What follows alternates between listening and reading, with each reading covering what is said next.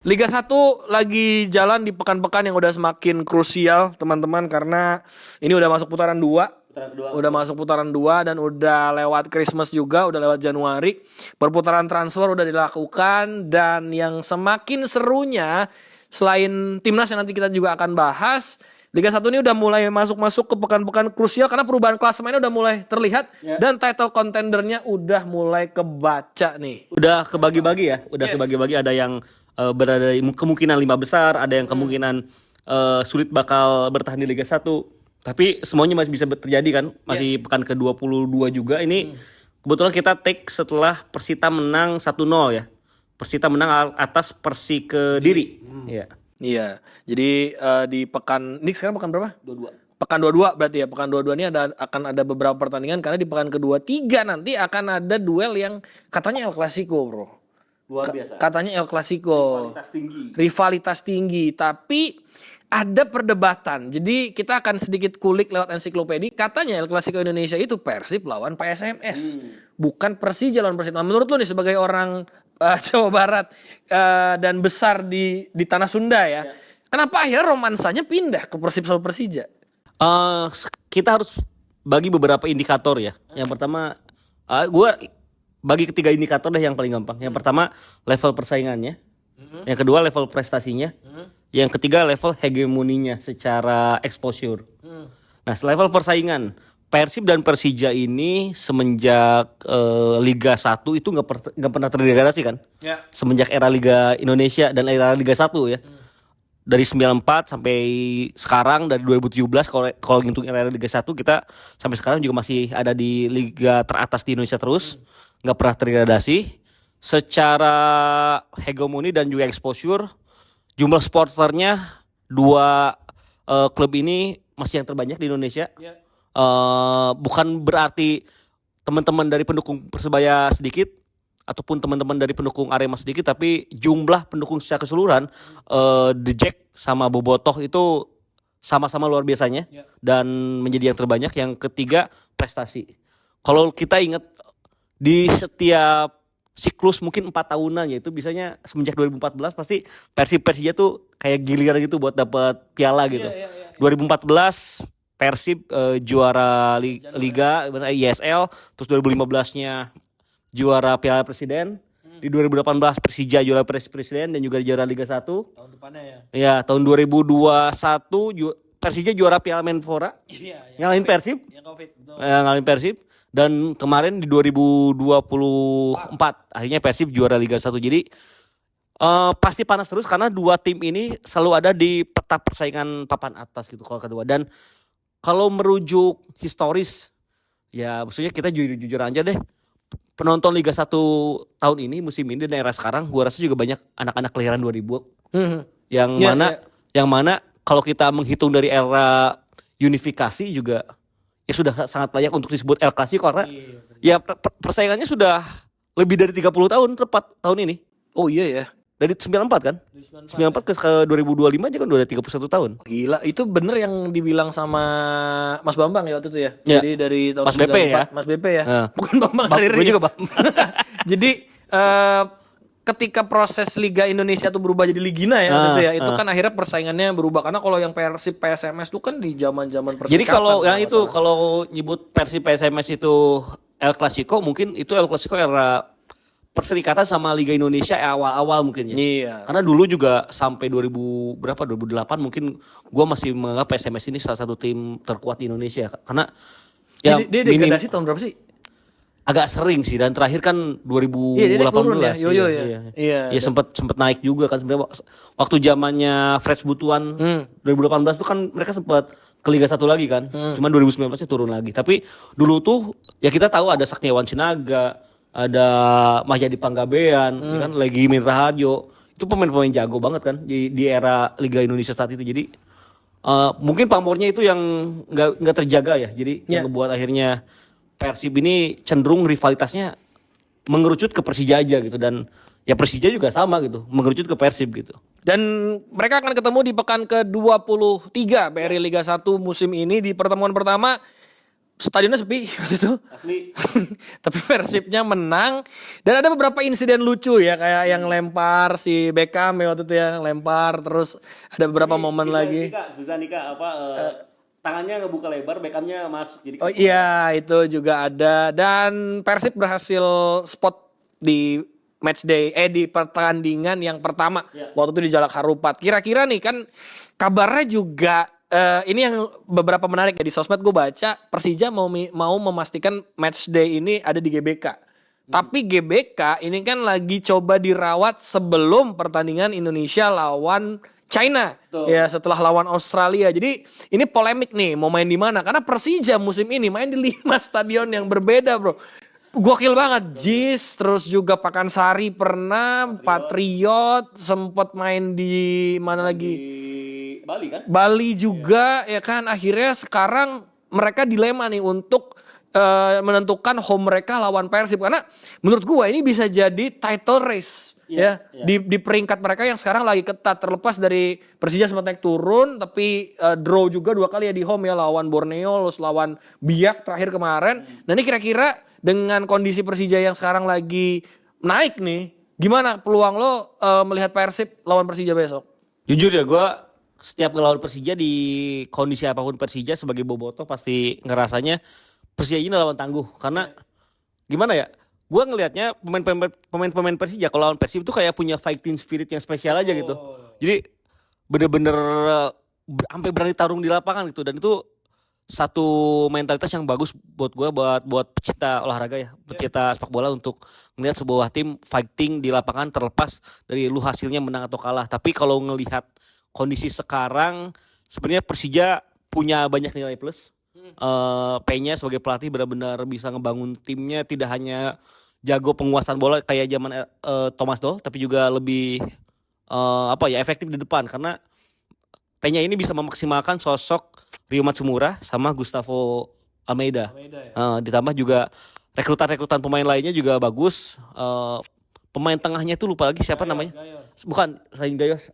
Ada kan satu kan, nah itu tuh bisa ngebuat Gayus lebih perform lagi musim ini dan di belakang Persija itu kayaknya rapat banget ya. Lu punya Hansamu, lu punya Ferrari, lu punya Rizky Ridho dan lu punya Kudela. Ini tinggal pilih gitu kan. Dan Matsumura on point terus ya. On point terus. Jadi maksudnya di belakangnya udah bisa nyokong bola-bola bagus, di depannya juga ada pemain yang kreatif. Belum lu punya kalau nggak dipanggil timnas ya punya Doni Pamungkas. Itu kan mainnya bagus banget pas di kemarin beberapa pertandingan pas dia turun kan sebelah kiri terus di kanan bisa gantian kadang Ilham Rio Fahmi kadang Witan dimainin di situ gitu kan jadi Persija secara materi sih sangat mungkin untuk bisa menghentikan laju Persib ya meskipun yang Persib miliki juga tidak kalah spesial yaitu kecemerlangan Bojan Hodak yang baru yang orang Curaçao siapa namanya? Oh, Garven Kastanir. Tapi yang paling penting itu dari Persib itu sosok Bojan Hodaknya, men. Bojan Hodak itu bisa ngebuat Persib kayak gimana ya? Selalu keluar dari kesulitan yang ada gitu. Karena salah satu kelemahan Persib di musim ini dari internalnya dulu ya adalah kebugaran pemain. Itu selalu menjadi isu. Bahkan di pekan ke-22 nih, Persib tandang ke PSIS Semarang tanpa Tyrone Del Pino, tanpa Beckham kalau nggak salah. Atau siapa gitu. Pokoknya Tyrone Del Pino gak bakal main gitu. Jadi kan ini ngebuat Persib itu selalu sulit untuk bisa full tim gitu.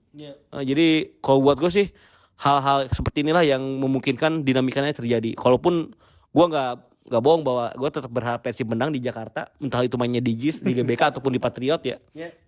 Tapi Persija juga ya selalu punya mentalitas bagus. Betul. Lawan Persib gitu. Jadi sulit bagi gue buat tidak inferior dengan kondisi yang ada gitu dan di pertandingan yang pertama Kang Ibam ada duel yang menyajikan 2 kartu merah ya Firza Andika terus juga Klok waktu itu kartu merah dan waktu itu di Persib masih ada Milson 5 di sana terus Rian juga masuk babak kedua Teja Pakualam cadangan ya karena Kevin Ray Mendoza performanya gokil banget sejauh ini dan menurut lu perekrutan Kevin Ray dari musim lalu sampai musim ini grafiknya emang meningkat banget gak dia?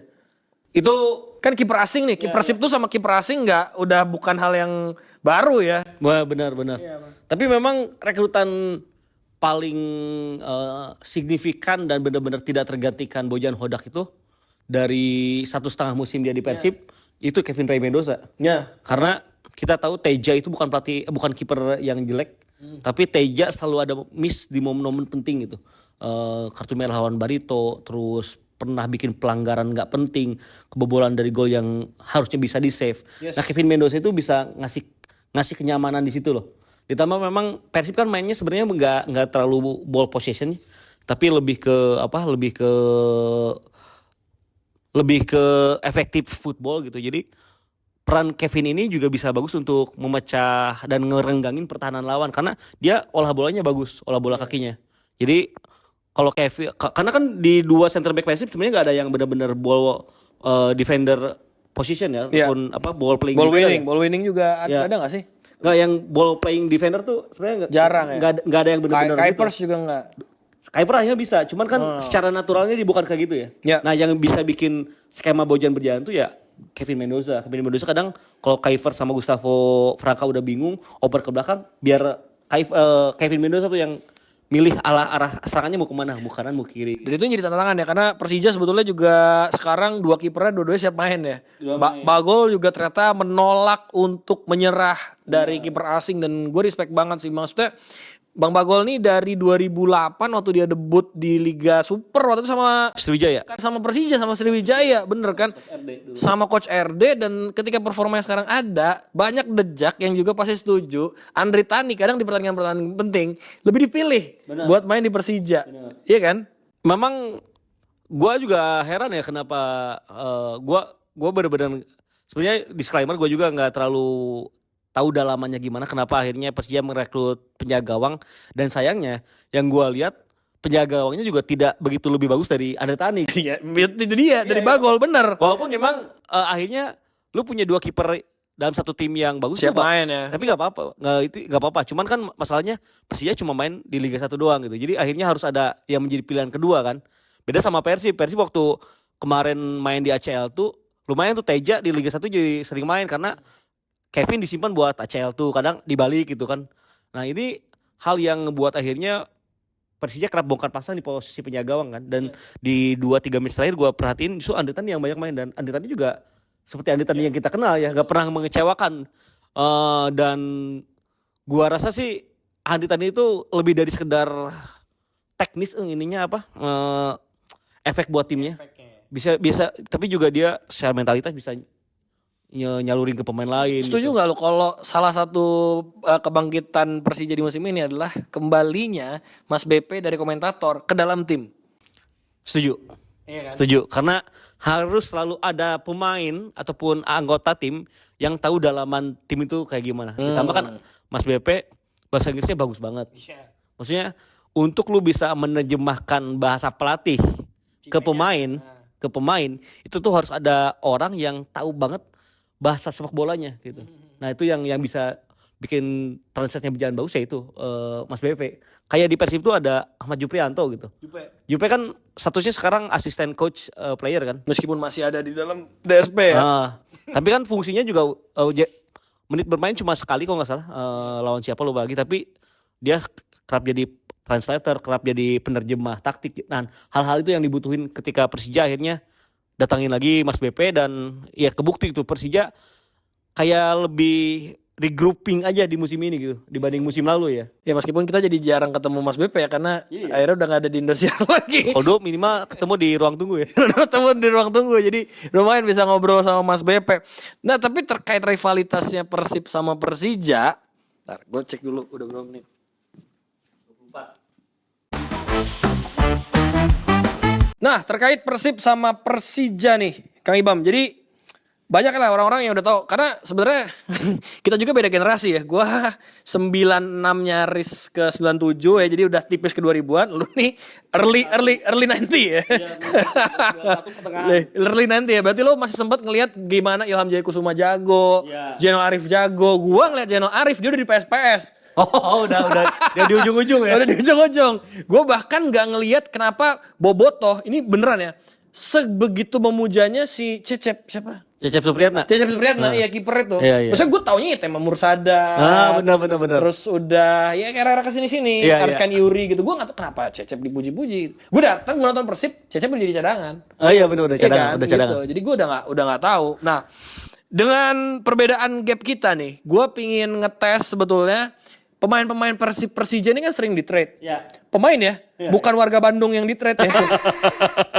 Gagal lagi. Gak dipilih aja. Itu lucu banget lagi postingan box to box ya. Kredit itu. Gue gak tahu siapa adminnya. Yang bikin ya. Kalau yang football gak tahu. Ya, jadi semua pemain Persija pindah ada Bridon. PR kamu udah di Bandung aja. Paling belakang. Gue bayangin itu siapa pemain terakhir dia. Nah, ini jadi salah satu perpindahan pemain yang juga unik ya. Milan, Inter sering ngelakuinnya itu. Terus mungkin yang paling jarang kayaknya Liverpool Everton ya yang buat silang. Terus Ajax Feyenoord juga agak jarang. Madrid Barcelona cukup sering. Nah, Persija ini lumayan sering di era 2000-an. Ya, di era 2000-an nih gue udah mulai sering lihat ya Ate pindah, Abanda pindah, Toncip pindah, siapa lagi ya? Banyak lah era-era kayak gitu. Nah, menurut lo top 3 nih. Ya. Yang jago, yang bisa di dua-duanya atau yang gagal di salah satunya. Coba lu inget-inget siapa ya? Kalau gue yang paling gue inget, menurut gue yang jago banget di Persib dan di Persija, gue naruh nomor 1 Rezaldi Hehanusa. Rezaldi Bule ya. Bule. Sampai Persibnya juga marah-marah. Itu kenapa sih? Kok marah-marah nyala-nyalain klub lamanya gitu? Enggak, itu panjang lagi sih. Ya intinya dua kubu itu dari supporternya ya, dari supporter dan beberapa fanbase-nya. Kalau kata gue sih terlalu teledor untuk memberitakan sesuatu yang belum terkonfirmasi aja. Karena gue rasa juga dokter dari Persija di era Bule di Persija juga udah bersuara kan bahwa semuanya udah diberikan untuk proses penyembuhan Bule kan. Dan Rezaldi cederanya kambuh, ya namanya cedera tuh kan ada yang berpuluh-puluh tahun juga nggak sembuh kan. Jadi bukan berarti perawatan di Persijanya nggak benar. Itu salah banget. Nah, cuman emang pemberitaannya. Ini aja lu sebagai bobotoh ngaku agak wadidiw ya. Iya, maksudnya kan kebetulan salah satu pemberitaannya juga gue masih dalam circle-nya gitu. Jadi kayak ya gue juga nggak enak sih sebenarnya karena seharusnya kalaupun itu benar, itu pun juga nggak layak buat naik. Maksudnya kan kalau lu mau ngebangun environment bola yang bagus, ya lu naik bareng-bareng gitu. Secara environment ya, secara prestasi masing-masing, secara persaingan di lapangan masing-masing. Tapi environmentnya ini harus bagus benar-benar. Lingkungannya ya. Karena menurut gua aneh banget gitu. Maksudnya all due respect kepada semua yang memberitakan itu, Rezaldi itu di Persija udah dari zaman kapan gitu? Dari kecil aja, dari kecil. Setelah Enggak, main maksud gua bagus. pindahnya Persib itu kan udah lama banget. 2 musim lalu kan. Berarti ada gap Zaman Luis setahun Milla. setengah lah ya. Zaman Luis Milla. Kenapa baru diungkitnya sekarang? Ya maksudnya makanya itu kurang bijak aja itu orang yang memberitakannya. Nah, maksud gue ya enggak semuanya, tapi kadang memang ada orang-orang yang kayak gitu. Dan anehnya booming. Menurut gue itu anehnya kenapa booming ya? Dan sebenarnya yang kayak gitu nggak perlu booming sebenarnya. Sebenarnya nggak perlu booming Nggak ya? perlu men itu terlalu jauh gitu, terlalu ngawang-ngawang buat gue. Rezaldi terus nomor 2 karena gue nonton dia itu gokil selama dia main.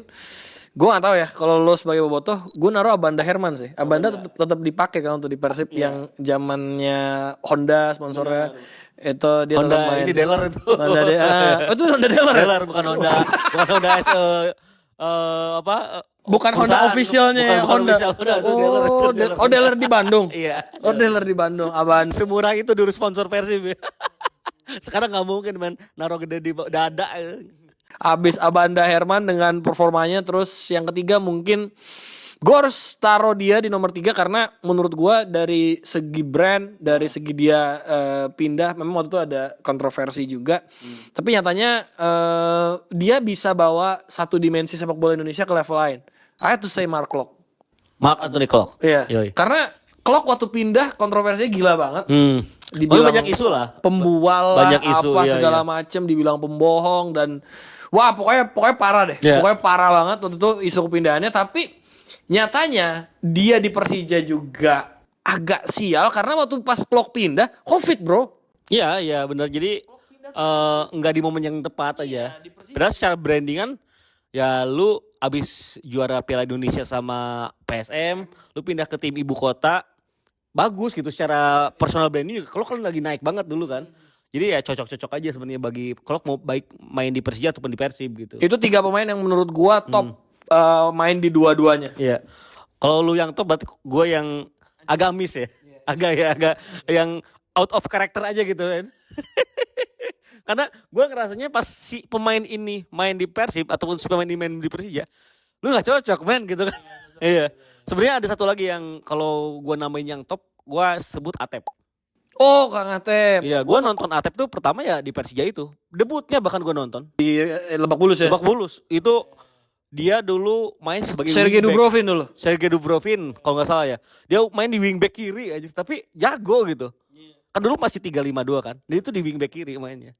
Wingback kiri, tapi wingback kirinya lebih banyak nyerang. Yang bertanya nanti ada cover kalau nggak salah Gerard Pangkali itu siapa? Tapi Atep menurut gue jadi nggak adil dong karena dia orang Sunda banget. Orang Cianjur, iya. Maksudnya ya otomatis dia akan attach sama Persib. Tapi maksudnya kan kalau secara performa dulu bagus banget. Oh, performanya ya. Waktu di Persija itu 2 musim Atep itu bagus banget.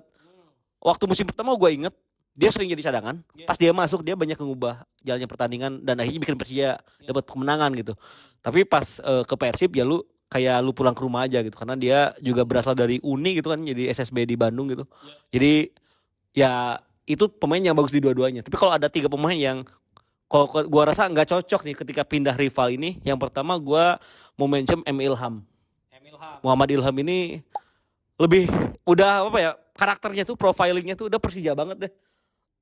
Lu cocok pakai jersey orange lu gitu dibanding lu pakai jersey biru yang satu juga Persibnya jelek gitu. Jadi makin kelihatan Dia gitu. pindah pas pelatihnya siapa ya waktu itu ya? Aduh, Itu Benny Dolo kalau nggak salah. Persijanya Benny Dolo. Kalau di Persibnya tuh zaman-zaman pelatih-pelatih Eropa Timur. Ada tuh beberapa tuh Drakosevic siapa gitu yang pelatih-pelatih gitu.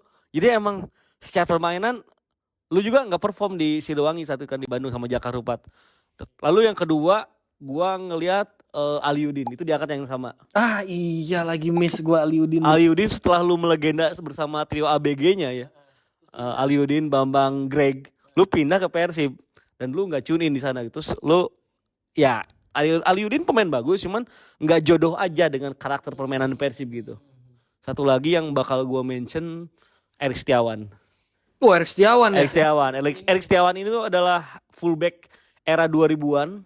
Satu angkatan sama Eka Ramdhani debutnya di Persib 2004-2005 kalau nggak salah. Itu di Persibnya bagus banget. Dia kakinya kanan tapi ditaruh di kiri. Jadi zaman-zaman belum rame inverted fullback, inverted wingback. Iya, dia tuh udah ngelakuin hal itu dari 2004 tuh. Erik Setiawan main bagus di Persib. Cuman Erik Setiawan itu kayak Eka Ramdhani. Di awalnya bagus untuk Persib di usia mudanya. Dia debut bagi Persib, main bagus ya pilihan utama. Tapi di prime of karirnya dia nggak juara sama Persib gitu. Oh iya. Iya sama Ekram Ramdhani juga kejadiannya sama gitu. Ekram Ramdhani pas jago-jagonya pindah kan ke Persisam dulu. Lalu ke Sriwijaya dan lain-lain. Akhirnya ketika Persib juara 2014 Ekram Ramdhani nggak di Persib, Erik Setiawan juga nggak di Persib. Cuman ya pas dia pindah ke Persija di medio 2013-an kalau nggak salah ya. Ya gue ngerasanya anjir. Tapi lah itu 2013 sampai 2016 kalau nggak salah ya. Itu tuh kayak ngerasa Erik Setiawan Persija kayak aneh aja gitu. Kayak nggak pas. Dan di Persija pun Persijanya juga saat itu lagi stagnan kan ya. Lagi stagnan nggak disebut papan bawah tapi juga bukan challenging buat papan atas karena yang menjadi saingan Persib di papan atas kan Arema, Sriwijaya FC sama Persipura saat Gimana dulu. kalau Muhammad Nasuha? Muhammad Nasuha itu Ini nggak cocok di Persija, nggak cocok di Persib, cocoknya di Pelita Jaya ini ya, Iya. Krakatau Steel. Muhammad Nasuha ya? Iya, padahal maksudnya dia bagus ya. Ya, menurut gue di Persikota dia Iya, Muhammad Nasuha. Ada beberapa nama-nama yang mungkin honorable mention. Muhammad Nasuha, Bayhaki Kaizan, Bayhaki Kaizan bagusnya di Persija. Menurut gue juga bagusnya di Persija. Di Persib tuh pokoknya Persib angkatan itu tuh yang apa ya yang Bayhaki Iya. sama M Ilham itu tuh kan sebenarnya bisa bakal bagus kalau pelatihnya Rahmat Darmawan. Dulu tuh jadi itu tuh paketan ceritanya. Ya. Ceritanya pemain-pemain ini tuh udah sepakat yuk pindah ke Persib tapi pelatihnya Rahmat Darmawan. Pas semua pemain udah taken kontrak, pelatih udah mau tekan kontak, pelatihnya ternyata coach RD-nya dipanggil timnas buat timnas. SEA Games. Iya. Itu jadi beberapa cerita-cerita yang emang menarik tuh di tahun-tahun itu. Tapi memang rivalitas-rivalitas itu akhirnya memunculkan juga pertandingan-pertandingan yang memorable menurut gua antara Persib dan Persija atau Persija mau Persib ya siapapun lah. Dari yang dulu lo ingat gak 2017 yang menit 80 atau berapa gitu yang ada sempat bermasalah, wasitnya orang Australia kalau nggak salah. Oh iya. Yang mainnya di Manahan. Main di mana Solo. Mainnya ya. di Manahan. Itu menit awal tuh lagi hujan. Apa gitu gue lupa itu kejadiannya. Itu gue sebagai boboto ya memandang laga tersebut, walaupun di saat itu gue sangat emosional. Jadi responnya jelek. Pas gue udah recall lagi sekarang, gue sebagai jawabannya ya. Yang pertama gol Ezekiel Enduasel aneh banget nggak disahkan karena udah jelas bola ngebentur jaring bagian dalam gitu kan dan udah sepenuhnya. Terus kalau banyak bobotoh mengkritisi kenapa BP nggak ngaku lah, gue juga sebagai Juventini Buffon nggak ngaku gitu. Maksudnya iya kan? Ya kan? Iya. Buffon juga nggak ngaku itu kalau itu apa ke wasit itu udah gol, nggak ngomong itu kan. Ya, di lapangan lu pengen menang gitu kan. Ya, mungkin Mas BP juga saat itu kayak gitu dan ya gue akhirnya bisa merasionalisasi hal tersebut saat ini gitu. Era-era sekarang lah. Dulu waktu zamannya momen tersebut ya juga emosional. Dan yang kedua, secara gue sih itu agak aneh menurut gue. Karena ada satu regulasi di mana wasit itu boleh menghentikan pertandingan jika waktu normalnya kurang dari 5 menit.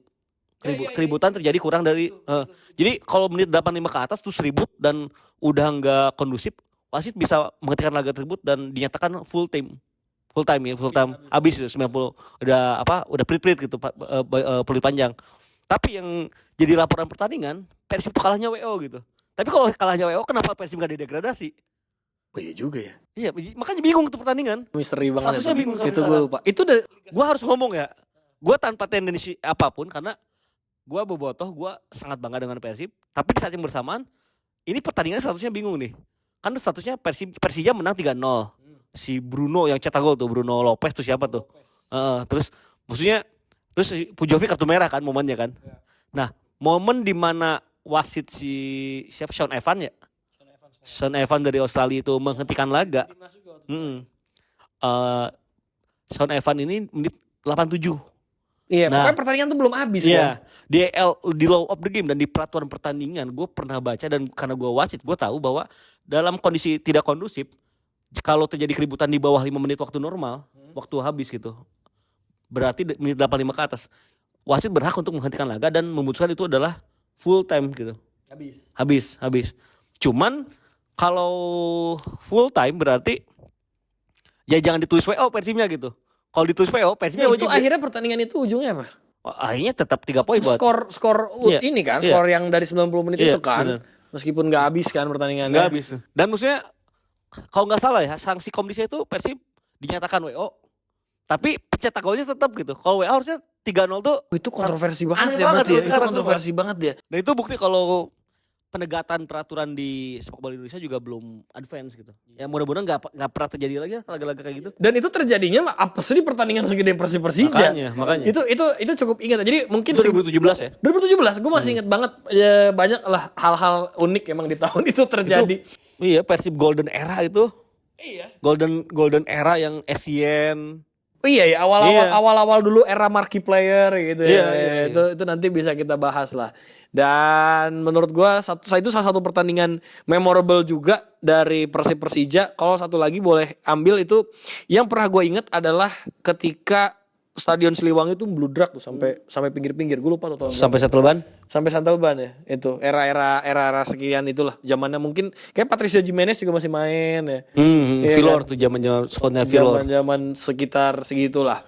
Nah, enggak cuma Liga 1 yang bakal seru nih karena Tim Nasional Indonesia juga akan main bulan Februari. Jadi tapi bukan Tim Nasional Senior, melainkan Tim Nasional U20 yang bakal main di Piala Asia U20 besok di China ya. Betul. Tuan rumahnya ya. Jadi ini salah satu turnamen yang juga merupakan targetnya PSSI untuk membawa tim ini lolos ke Piala Dunia karena nggak jadi kan waktu itu.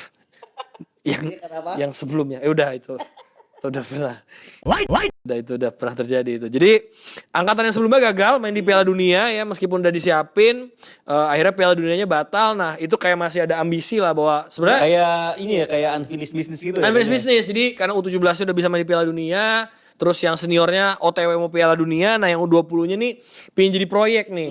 Pengen jadi proyek yang bisa dibuat untuk lolos ke Piala Dunia. Tapi menurut gua ini jalannya cukup terjal karena Yaman, Uzbek sama Iran yang bakal jadi temen segrupnya Indonesia di Piala Asia U20 besok. Apalagi kalau kita lihat track recordnya di di kualifikasi kemarin ya sempat kalah juga, terus di turnamen yang pemanasan iya dengan segala hormat yang menang lawan India. Itu levelnya ada di bawah kita sih India tuh. India tuh kalau main kriket jago mungkin ya. Kalau mainnya hoki mungkin kita menang lawan India jago berarti kita. Dan lawan India tuh kan banyak key player yang udah disimpan kan. Ya, Well Berjardim nggak main, beberapa pemain tuh nggak main ya memang akhirnya mencuatkan nama-nama. Tapi lewat turnamen pemanasan yang disponsori sama Bank Mandiri waktu itu, akhirnya kesaring tuh nama-nama yang cukup mengagetkan kayak si Mesal nggak dipanggil akhirnya di di nama-nama final ya yang dibawa ke Cina. Menurut lo gimana? Dan udah diposting juga sama sosmednya Timnas Indonesia nama-nama yang bakal dibawa. Sebenarnya gue juga dulu tuh siaran pas drawingnya gitu ya. Oh lu di siaran ya pas Pas drawingnya siaran. Yang paling gue sesali adalah kenapa Indonesia satu grup sama Uzbekistan dengan Iran gitu. Terlepas kalau Yaman karena tim U23 kita tahun lalu menang lawan Jordania ya. Gue jadi ngerubah mindset gue. Kalau dulu kan setiap timnas Indonesia di berbagai level kelompok umur lawan tim Timur Tengah itu selalu takut ya. Gue kayak kayak inferior gitu.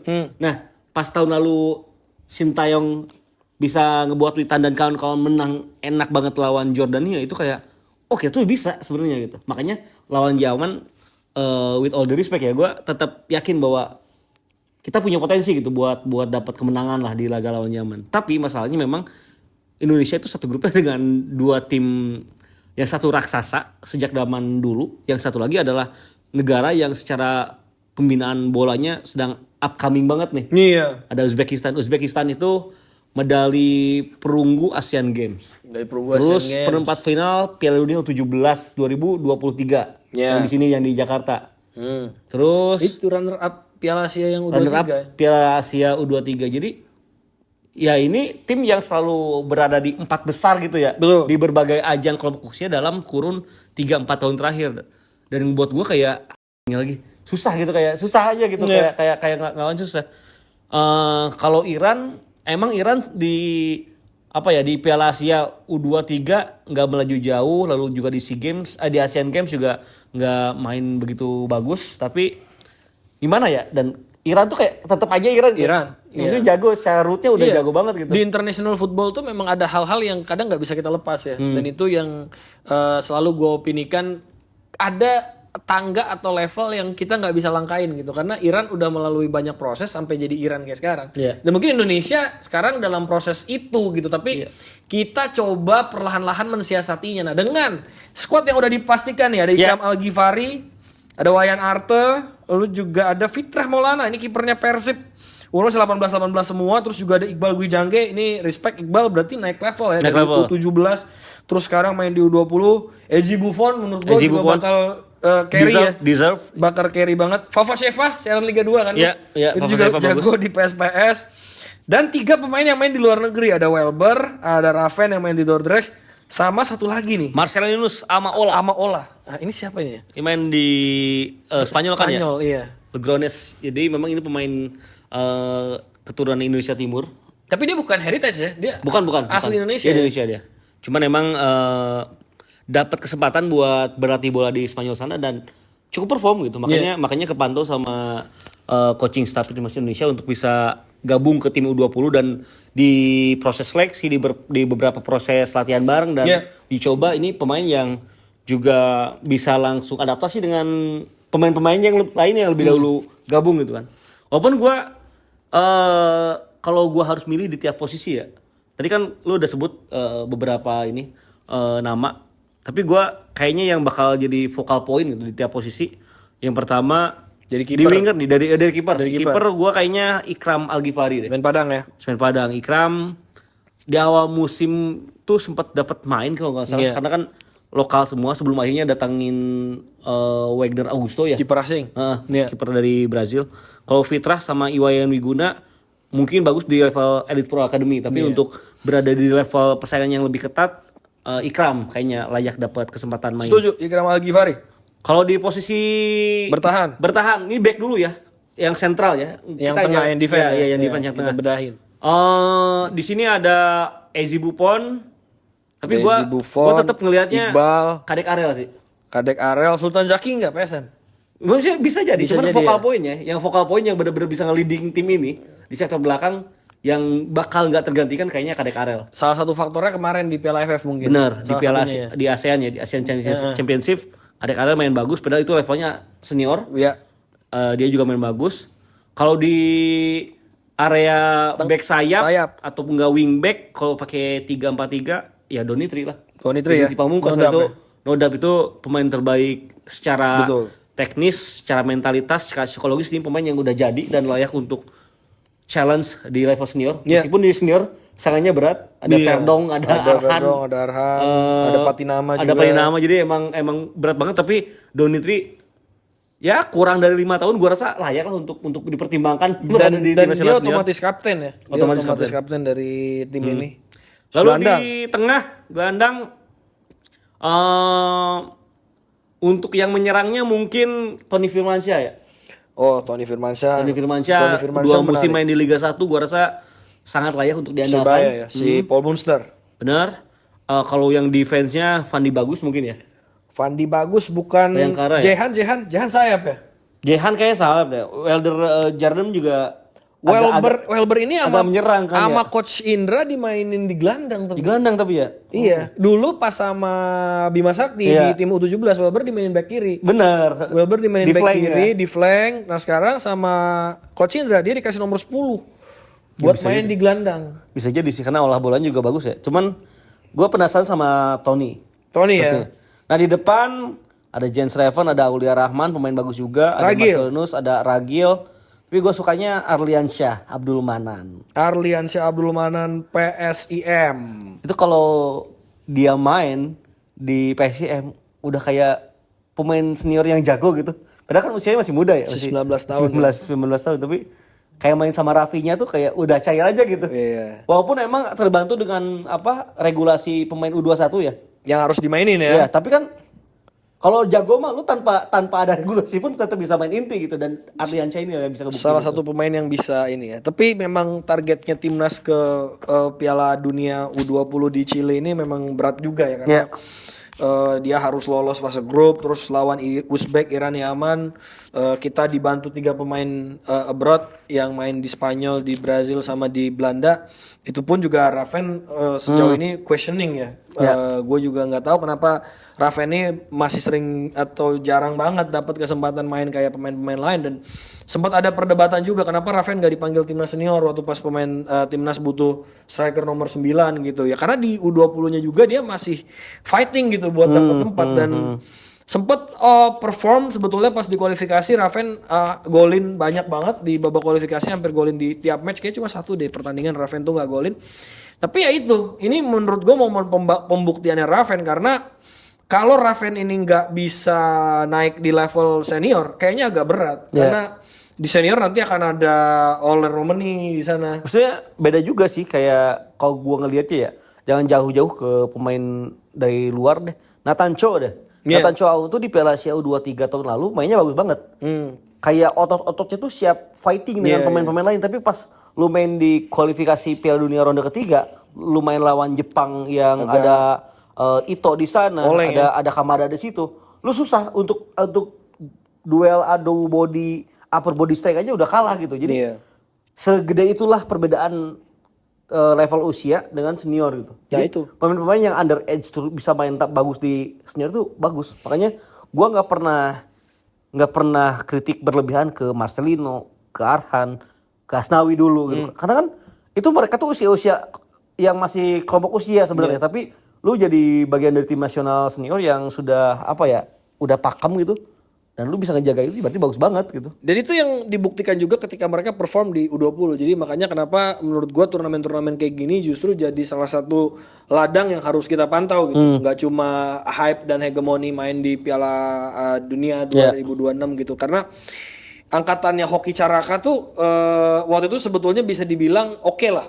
Meskipun nggak lolos ya, meskipun nggak lolos, tapi di luar statistik apa yang mereka tampilkan lawan tim-tim kayak Suriah waktu itu kita kalah sama Uzbek, mereka bisa menang, bahkan kalau nggak salah kita menang sama Suriah atau sama Yaman gitu, gue lupa. Dan Hoki yang cetak gol. Jadi ini jadi bukti kalau lo serius ngebina pemain-pemain ini, kasih menit pemain kayak yang lo bilang, ya itu bisa jadi pondasi timnas ke depannya. Salah satu harapannya seperti kan itu. Kan sekarang banyak kritiknya ini dan pola permainan dari coach IS ini gimana ya, kayak nanggung. Banyak passing di belakang tapi jarang progresi ke depan gitu. Mungkin benar juga karena gue juga udah ngikutin hal ini dari selepas angkatannya Evan Dimas 2013. Jadi di beberapa event ketika coach IS yang megang emang termasuk SEA Games tahun lalu ya yang waktu medali emas ya, maksudnya secara permainan emang gak cantik dan kadang terlihat kayak yang buntu. Tapi satu hal yang gue coba untuk tidak seuzon adalah dan coba untuk husnuzon, coba untuk berprasangka baik. Coach IS itu kayak gimana ya? Kayak suka dapat momen di mana timnya ini bisa jago ketika set piece, man. Iya. Coba udah nggak kehitung, udah nggak Arsenal di tendangan sudut doang. Iya.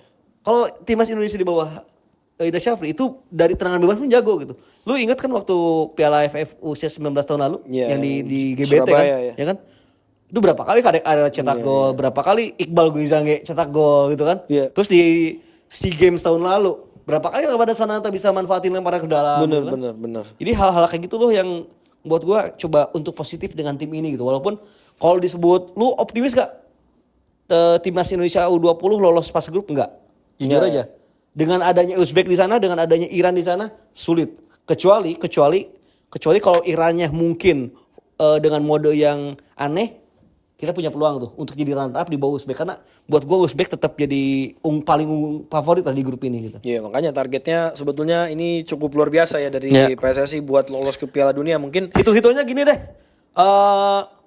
Persib salah aja. Timnas U20 kalah tipis dari Uzbekistan, hitungan kasarnya ya. Imbang lawan Iran, menang lawan Yaman. Di saat yang bersamaan Iran kalah lawan Uzbek, lalu juga lawan Yaman imbang gitu. Tapi lo tahu nggak, ini tuh Piala Asia U20 ketiganya Coach Indra.